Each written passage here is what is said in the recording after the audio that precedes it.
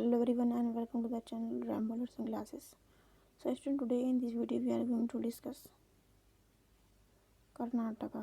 Okay, क्या discuss करने वाले हम आज? कर्नाटका को डिस्कस करने वाले. क्या लिखा हुआ है?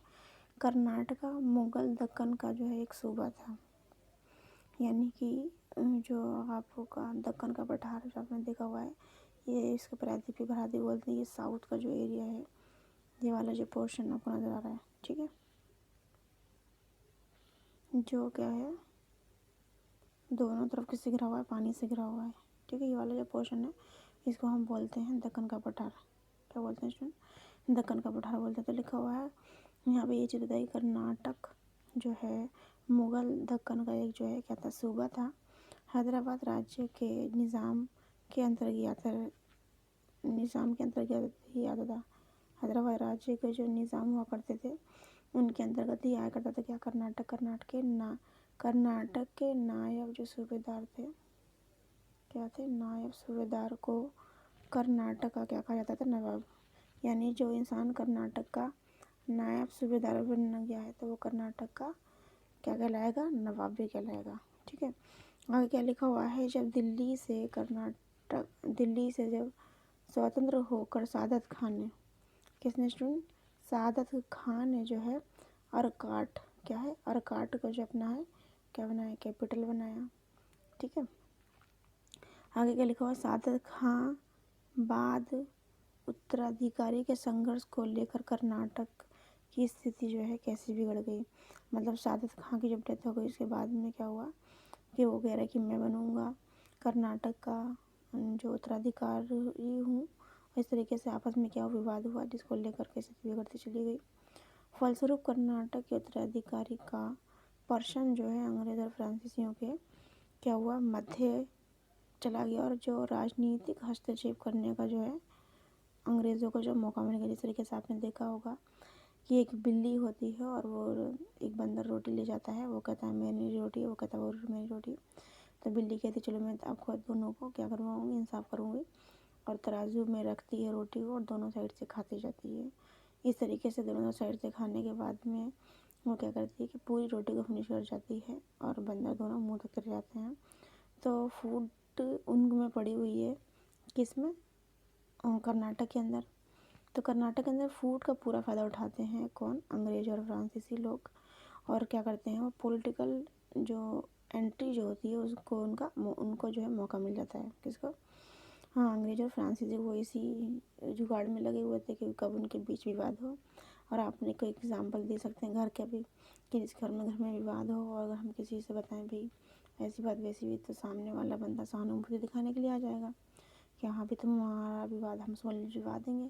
लेकिन कहीं ना कहीं वो उस बंदे को उस घर में जो एंट्री करने का जो मीडिएटर जो बनता है वो अपनी सहानुभूति दिखाता है, तो वो अपना हस्तक्षेप करके जो है हक जो है जो एंट्री करने की जो उसकी जो पॉइंट है वो वहाँ से शुरू होता है. कहाँ से? जब वो सहानुभूति दिखाते कि नहीं भाई तुम दोनों गलत हो और मैं तुम्हारा फैसला कर पाऊँगा, भाई तू सही है, तुझे चढ़ा दिया, पीछे से चढ़ा दिया कि भाई तू सही है. तो घर में विवाद कौन कर रहा है उत्पन्न? वही कर रहे हैं जो सहानुभूति दिखा रहे हैं. इस तरीके से ये जो अंग्रेज और फ्रांसीसी थे इन्होंने क्या करा, राजनीतिक हस्तक्षेप की जो है इनको एंट्री मिल गई. आगे क्या लिखा हुआ? कर्नाटक के जो नवाब जिनका नाम था मोहम्मद अली. क्या नाम था स्टूडेंट? कर्नाटक के जो नवाब थे जिनका नाम था क्या? मोहम्मद अली. उनके उत्तराधिकारी क्या? उनके जो उत्तराधिकारी थे ब्रिटिश गवर्नमेंट ने जो ब्रिटिश गवर्नमेंट के जो जनरल थे जिनका नाम था लॉर्ड वेलेस्ली.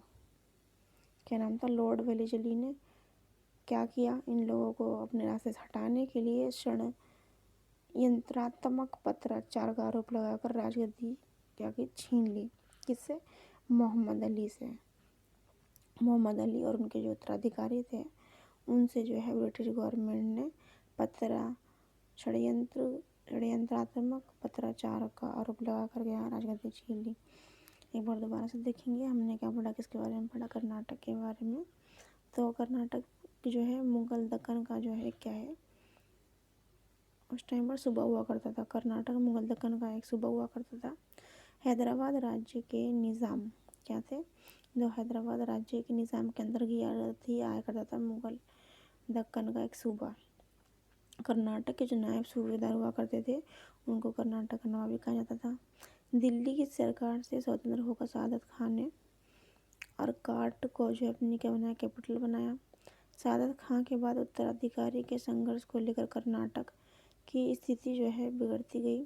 फलस्वरूप कर्नाटक के उत्तराधिकारी का जो प्रश्न जो अंग्रेज़ों और फ्रांसीसी के बीच चला गया, जिसके बाद में फ्रांसीसी और अंग्रेज़ों को राजनीति में हस्तक्षेप करने का पूरा और एक मज़ेदार जो है मौका मिल गया, जिसके वो इंतज़ार काफ़ी टाइम से देख रहे थे।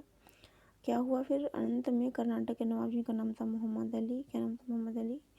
और उनके जो उत्तराधिकारी जो थे, मोहम्मद अली और उनके उत्तराधिकारी जो थे, उन पर ब्रिटिश गवर्नर जो थे, ब्रिटिश गवर्नर जनरल जो थे, जिनका नाम था लॉर्ड वेलेस्ली। क्या नाम था स्टूडेंट? लॉर्ड वेलेस्ली ने षड्यंत्रात्मक पत्राचार का आरोप लगाकर उनसे राजगद्दी का अधिकार छीन लिया और कर्नाटक के अंदर क्या इन्होंने अपनी शासन सत्ता जो है स्थापित की। तो आज हमने पढ़ा किसके बारे में? कर्नाटक के बारे में।